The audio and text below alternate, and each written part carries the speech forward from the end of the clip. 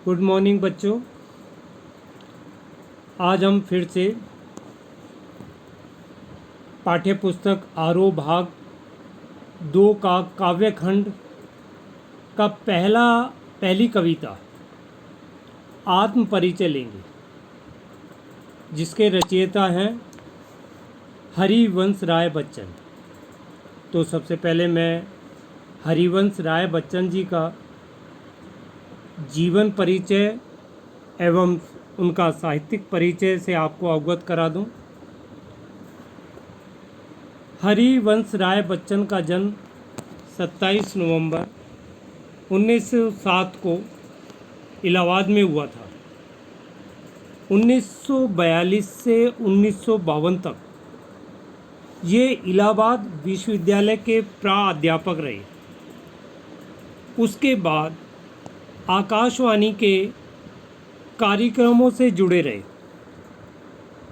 फिर विदेश मंत्रालय में हिंदी विशेषज्ञ के रूप में कार्य करते रहे। इनके मुख्य काव्य रचनाएं हैं मधुशाला, जिसको इन्होंने 1935 में लिखा और आगे चलकर यह बड़ी प्रसिद्ध हुई। इसी तरह की दूसरी इनकी रचना मधुबाला, जो इन्होंने 1938 में लिखी। मधु कलश को भी इसी साल इन्होंने लिखा। इसके अतिरिक्त निशा निमंत्रण, एकांत संगीत, मिलन यामिनी और नए पुराने झरोके, टूटी फूटी कड़ियाँ, ये इनके काव्य संग्रह रहे। आत्मकथा लिखने में भी इनका योगदान रहा, जिसमें है क्या भूलूं क्या याद करूं, नीड़ का निर्माण, फिर बसेरे से दूर। अब मैं इनके द्वारा लिखित पाठ्य पुस्तक की पहली कविता आत्म परिचय की संक्षेप में रूपरेखा आपको बता दूं। आत्म परिचय नामक कविता में कवि हरिवंश राय बच्चन ने यह स्पष्ट करना चाहा है कि स्वयं को जानना दुनिया को जानने से अधिक कठिन है। समाज में रहते हुए विभिन्न खट्टे मीठे अनुभवों से गुजरता मनुष्य अपने परिवेश से पूरी तरह निरपेक्ष नहीं रह सकता, या ये कह दो वह समाज से कटकर नहीं रह सकता। अंततः समाज से ही व्यक्ति की पहचान संभव है। इसी विचारधारा को लेकर हरिवंश राय जी ने अपनी कविता आत्म परिचय में यह विचार व्यक्त किए हैं। तो सबसे पहले मैं इस कविता की 8 पंक्तियों का सस्वर वाचन कर रहा हूँ। उसके बाद इन काव्य पंक्तियों में अभिव्यक्त भाव को स्पष्ट करूँगा। तो सबसे पहले मैं इस कविता के शुरुआत की 8 पंक्तियाँ लेता हूँ। मैं जग जीवन का भार लिए फिरता हूँ, फिर भी जीवन में प्यार लिए फिरता हूँ। कर दिया किसी ने झंकृत जिनको छूकर, मैं सांसों के 2 तार लिए फिरता हूँ। मैं इसने सुरा का पान किया करता हूँ, मैं कभी न जग का ध्यान किया करता हूँ। जग पूछ रहा उनको जो जग की गाते, मैं अपने मन का गान किया करता हूँ। तो सबसे पहले मैं इन 8 पंक्तियों के भाव को स्पष्ट कर दूं। इन पंक्तियों में कवि कहता है कि मैं संसार भर के दबावों को, सांसारिक भार को लिए फिरता हूँ, अर्थात मेरे ऊपर तमाम दुनियादारी बंदिशें हैं, यानी दुनिया की बंदिशें हैं। फिर भी मैं सबको प्रेम देता हूँ, स्नेह देता हूँ, संसार के लोगों में प्रेम बांटता हूँ। यहाँ कवि के कहने का आशय यह है कि उसका जीवन प्रेम के द्वारा ही संचालित है, या उसके अंदर प्रेम की ऊर्जा ही ऊर्जा है। कवि आगे कहता है कि मैं सांसों के तार लगे हृदय रूपी वाद्य के लिए हूँ, जिसे किसी ने छूकर झंकृत कर दिया है, अर्थात कंपित कर दिया है। इसी क्रम में कवि आगे कहता है कि मेरा मन प्रेम की मदिरा, जिसमें काव्य पंक्तियों में है स्नेह सुरा, अर्थात इसका अर्थ है प्रेम रूपी मदिरा या प्रेम की मदिरा। वापस इस पंक्ति को मैं दोहरा रहा हूँ कि मेरा मन प्रेम की मदिरा स्नेह सुरा पीकर मतवाला हो गया है। मैं इस दुनिया की रीतियों अर्थात बंधनों का ध्यान नहीं करता, अर्थात मुझे दुनियादारी से कोई मतलब नहीं है, ना उन्हें मैं कभी अधिक महत्व देता हूँ। यह दुनिया कवि की दृष्टि में गुणगान प्रिय है। इसका भाव यह है कि जो इसकी प्रशंसा करते हैं, यह दुनिया उन्हीं का ही ध्यान रखती है। लेकिन मैं इन सबसे अलग हूँ। मैं अपने मन की आवाज़, अपने मन के गान को गाता हूँ और इससे मैं स्वयं संतुष्ट रहता हूँ। तो इस तरह से प्रथम 8 पंक्तियों का भाव ये स्पष्ट हो गया है। इसमें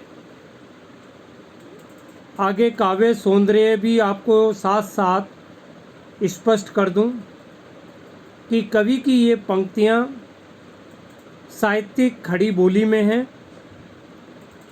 और ये पूरी की पूरी कविता आत्मकथात्मक शैली में लिखी गई है, अर्थात यहाँ कवि के स्वयं के विचार हैं और स्वयं के आत्मा का उद्बोधन है। इसलिए इस कविता को हम कह देंगे आत्मकथात्मक शैली में है। दूसरे, इसमें मुक्त छंद का प्रयोग हुआ है, अर्थात यह कविता छंदहीन है। हाँ, लयबद्ध है कविता। तीसरा, इसके काव्य सौंदर्य का गुण है अलंकार। इसमें इन 8 पंक्तियों में 2 जगह अनुप्रास अलंकार है, जग जीवन अनुप्रास अलंकार है। स्नेह सुरा, इसमें अनुप्रास भी है और मुख्य अलंकार रूपक भी है, यानी स्नेह रूपी सुरा यानी प्रेम रूपी मदिरा। तो इस तरह से इसमें एक जगह पुनरुक्ति प्रकाश अलंकार भी है। अब हम इस कविता का दूसरा काव्यांश की अगली पंक्तियां लेंगे। मैं निज उर के उद्गार लिए फिरता हूँ, मैं निज उर के उपहार लिए फिरता हूँ। है यह अपूर्ण संसार ने मुझको भाता, मैं स्वप्नों का संसार लिए फिरता हूँ। मैं जला हृदय में अग्नि, दहा करता हूँ, सुख दुख दोनों में मग्न रहा करता हूँ। जग भव सागर तरने को नाव बनाए, मैं भव मौजों पर मस्त बहा करता हूँ। पहले इन काव्य पंक्तियों में जो क्लिष्ट शब्द हैं उनके अर्थ बता दूं। जैसे निज, निज कहते हैं अपना। उर का अर्थ है हृदय। उद्गार का अर्थ है भाव। भाता का मतलब है अच्छा लगना। दहा का मतलब है जलना या जला। भव सागर यानी इस संसार को जितने भी कवि हैं संसार रूपी सागर कहते हैं, अर्थात संसार रूपी सागर। मौज का अर्थ है लहरें या लहर। अब इन काव्य पंक्तियों का मैं भाव स्पष्ट करने जा रहा हूँ। बच्चों, आप इसे थोड़ा सा ध्यान से सुनें। इन काव्य पंक्तियों में कवि स्पष्ट करता है या कवि कहता है कि वह अपने हृदय के उद्गार अर्थात हृदय की वाणी को अभिव्यक्त करना चाहता है, यानी स्पष्ट करना चाहता है। वह हृदय के स्नेह रूपी उपहार को यानी प्रेम रूपी उपहार को इस संसार को देना चाहता है, यानी संसार के प्रत्येक व्यक्ति को प्रेम रूपी उपहार को देना चाहता है। यह संसार कवि को अपूर्ण लगता है। कवि को लगता है कहीं ना कहीं ये संसार अधूरा है। इसलिए कवि कहता है संसार की अपूर्णता से उसका आशय संसार में प्रेम का अभाव होने से है। कवि को ऐसा लगता है कि संसार के लोगों में प्रेम का अभाव है, अर्थात उनके हृदय में प्रेम नहीं है दूसरों के लिए। कहने का आशय यह है कि संसार में प्रेम पाने की आशाएं और इच्छाएं हैं जो पूरी नहीं हो पाती और मनुष्य उसमें उलझकर रह जाता है। इसी कारण कवि कहता है कि वह अपने हृदय में प्रेम की एक आग जलाए रहता है और निरंतर खुद ही उस आग में जला करता है। वह सुख और दुख में एक समान रहता है, अर्थात कहने का भाव यह है कि कवि का जीवन सांसारिक अपूर्णता के बीच तटस्थ कर्म योगी की भांति है, जिसे संसार के ना तो दुखों से मतलब है और ना ही सुखों से। उसका लक्ष्य है इस संसार को प्रेम से परिपूर्ण बनाना। वह आगे कहता है कि संसार रूपी सागर को पार करने के लिए अपनी जीवन रूपी नौका को इस संसार सागर की लहरों पर आकुंठ भाव से तैराता और बहाता रहता हूँ। अर्थात मैं दुनिया के अन्य लोगों की भांति साधन की अपेक्षा नहीं करता कि मुझे कभी कोई साधन मिलेगा या मुझे कोई मदद मिलेगी तभी मैं ऐसा करूँगा। तात्पर्य यह है कि कवि संसार में रहकर भी अपना एक पृथक अस्तित्व बनाए रखता है। आगे, हृदय की अग्नि में जलते रहने का अर्थ यहाँ वही है जो कबीर के यहाँ विरह जलाई मैं जलो में है। अब इन काव्य पंक्तियों में आए काव्य सौंदर्य भी आपको स्पष्ट कर दूं।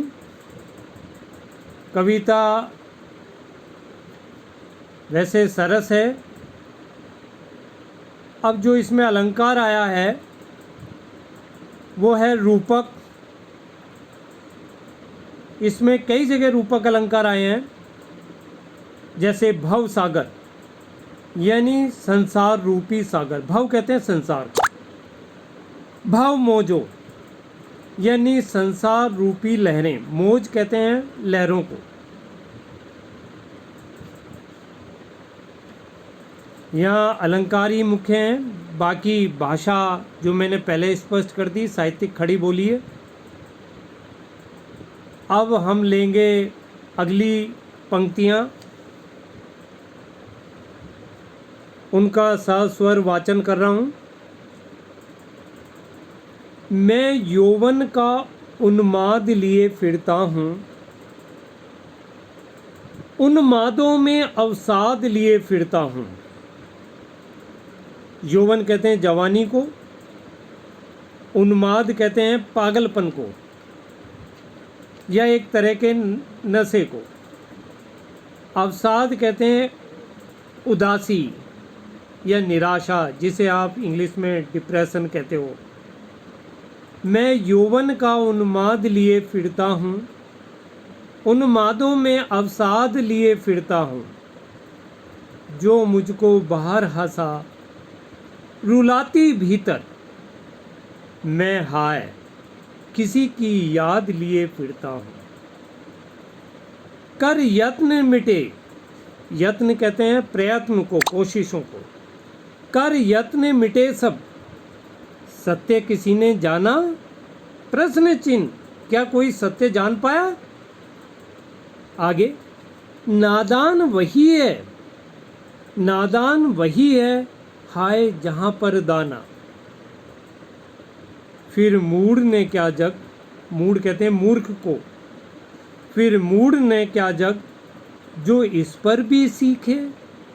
मैं सीख रहा हूँ सीखा ज्ञान बुलाना। यानी ये लास्ट की पंक्ति में कवि कह रहा है, मैं सीख रहा हूँ सीखा हुआ ज्ञान को कैसे बुलाया जाए। इन काव्य पंक्तियों का भाव आगे मैं स्पष्ट कर रहा हूँ।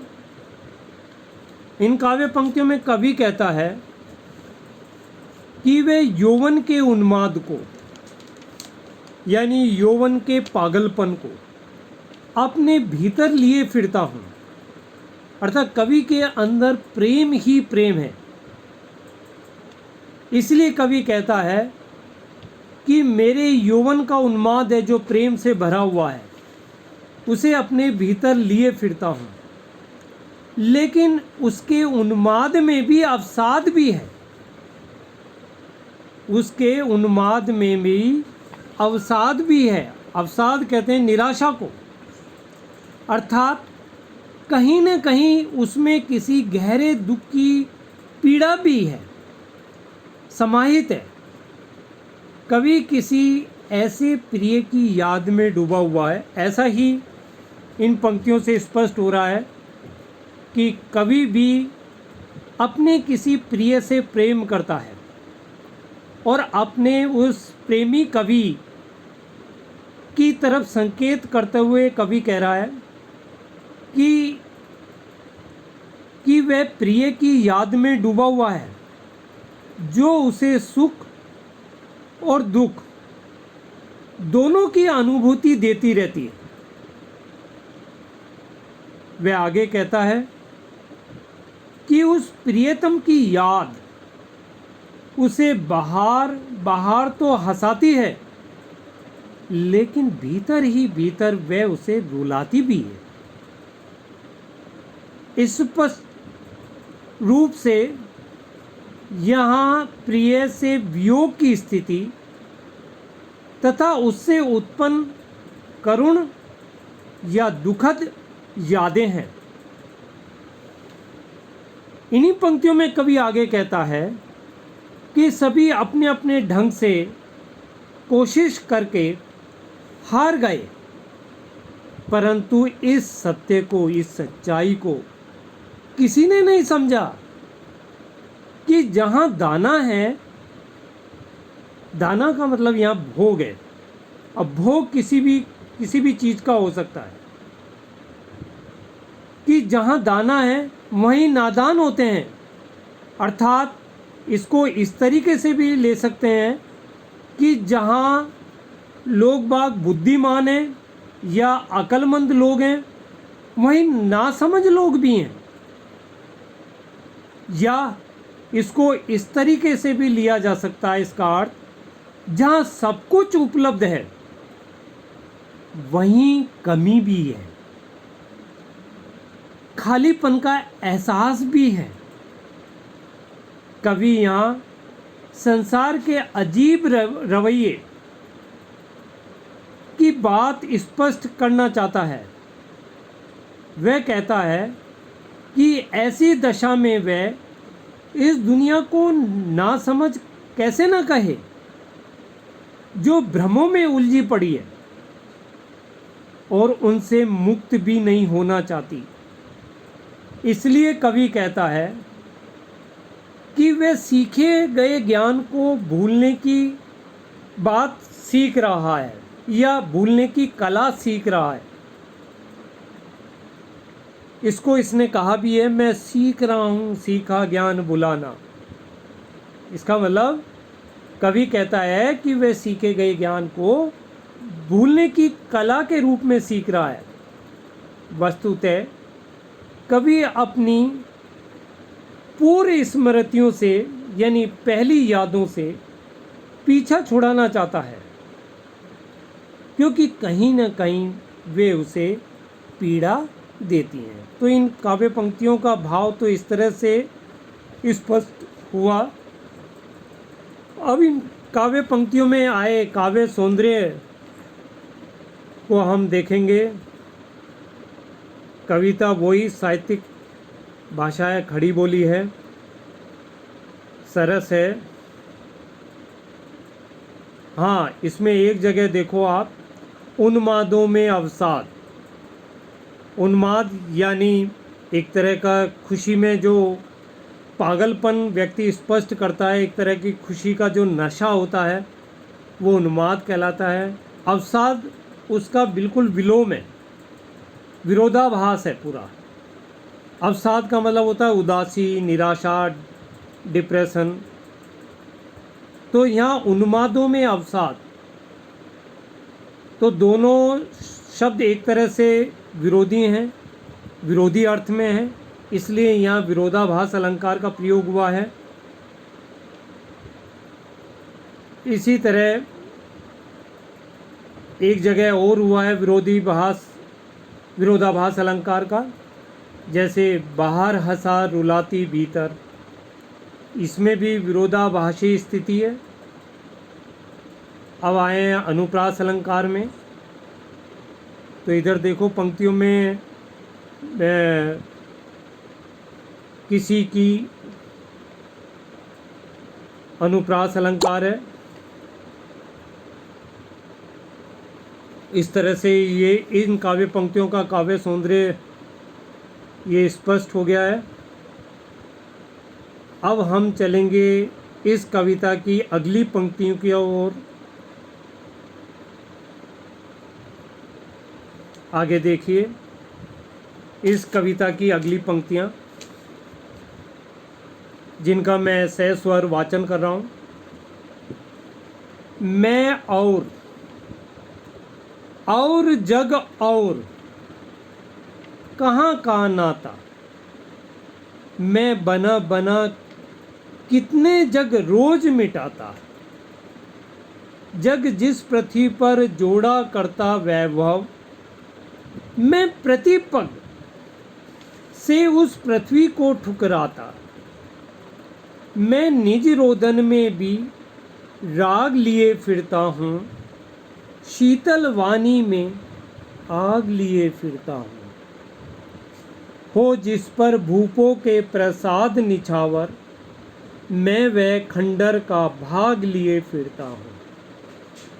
पहले इन काव्य पंक्तियों में आए कठिन शब्दों का अर्थ आपको स्पष्ट कर दूं। जैसे वैभव, जीवन में आए सुख समृद्धि को कहते हैं। पग, बहुत ही सरल अर्थ है इसका, कदम। रोदन, रोना। राग, प्रेम को कहते हैं। या आग का मतलब आवेश है, क्रोध भी कह सकते हैं। भूप का अर्थ राजा होता है। प्रसाद, महल को कहते हैं। और निछावर यानी न्योछावर, इसका सही शब्द है न्योछावर। न्योछावर अर्थात एक तरह से त्याग। तो इस तरह से अब मैं इन काव्य पंक्तियों को या इनके भाव को स्पष्ट कर दूं। इन काव्य पंक्तियों में कवि सांसारिक लोगों से इतर भावनामय कवि अपनी रचनात्मकता से एक भिन्न दुनिया यानी एक दूसरी दुनिया का निर्माण करना चाहता है। इसलिए कवि इसमें कह रहा है कि मैं और जग और कहाँ का नाता, यानी वैसे कवि ये स्पष्ट कर रहा है कि उसका और दुनिया का दूर दूर तक कोई संबंध नहीं है। और कविता में भी कवि यह बताना चाहता है कि संसार से उसका संबंध चिरस्थायी नहीं है, यानी लंबे समय तक नहीं है, हमेशा का नहीं है। और किसी भी मनुष्य का संबंध देखा जाए तो इस दुनिया से हमेशा के लिए नहीं रहता है, क्योंकि दुनिया अमर है और मनुष्य मर है। इसलिए कवि कह रहा है, यह बताना चाह रहा है कि संसार से उसका संबंध चिरस्थायी, चिर का मतलब लंबे समय से, स्थायी नहीं है, क्योंकि उसका अपना अस्तित्व संसार के अस्तित्व की तुलना में बिल्कुल अलग है, भिन्न है। इसलिए वह कहता है कि मैं अपने भीतर कितने ही संसार रोज बनाता मिटाता रहता हूँ। यानी कवि को अक्सर हम कहते भी हैं कि जहाँ ना पहुँचे रवि और वहाँ पहुँचे कवि। उसी अर्थ में कवि कह रहा है कि मैं अपने भीतर कितने ही संसार रोज बनाता हूँ और साथ में मिटाता रहता हूँ। अर्थात जब कवि को लगता है कि संसार ऐसा होना चाहिए, ये सृष्टि सुंदर होनी चाहिए, तो वह उसकी कल्पना करता है। और जब कवि को ऐसा लगता है कि संसार में अभी भी कई कमियां रह गई हैं, तो अपनी उस सुंदर कल्पना को मिटा देता है और नई दुनिया की रचना करता है। इसलिए कवि कहता है कि मैं अपने भीतर कितने ही संसार रोज बनाता मिटाता रहता हूँ। वह इस अर्थ में भी ले सकते हैं, वह भौतिक वैभव एवं समृद्धि को ठुकराने की बात करता हुआ कहता है कि दुनिया जिस धरती पर धन वैभव को प्राप्त करने के लिए सपने देखती रहती है या सपन संजोती है रहती है, मैं उस धरती को और उसके वैभव को, उसकी धन संपत्ति महलों को ठुकराता चलता हूँ। अर्थात कवि भौतिक वैभव को तुच्छ समझता है। कवि आगे कहता है कि मैं रुदन में राग लिए घूमता हूँ, वह शीतल वाणी में आग लिए फिरने की बात भी करता है।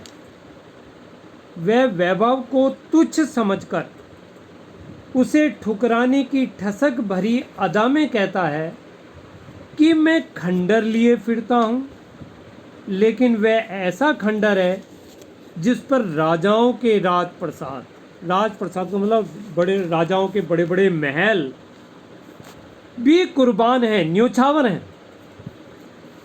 कहने का तात्पर्य यह है कि कभी यहाँ भौतिकता को बिल्कुल महत्वहीन तथा भावनात्मक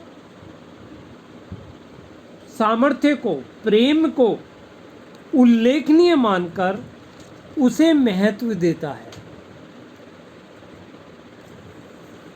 अब हम इन काव्य पंक्तियों में आए काव्य सौंदर्य की तरफ भी दृष्टि डाल लें। भाषा वही खड़ी बोली है जिसका साहित्यिक रूप स्पष्ट हुआ है।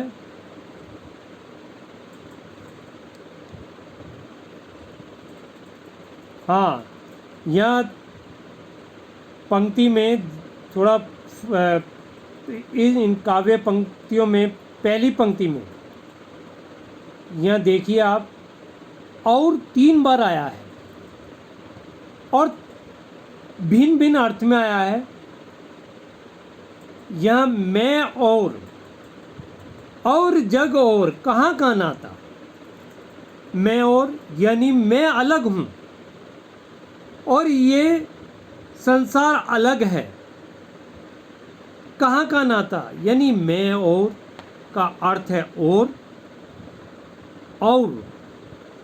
और जग, और जो दूसरा जग के साथ जुड़ा हुआ है उसका मतलब है दूसरा। तो 2 भिन्न अर्थ में आया है, इसलिए यहाँ यमक अलंकार है। और आगे देखिए, बना बना में पुनरुक्ति प्रकाश अलंकार का प्रयोग हुआ है। इस तरह से आज के लिए हम यहीं समाप्त करते हैं।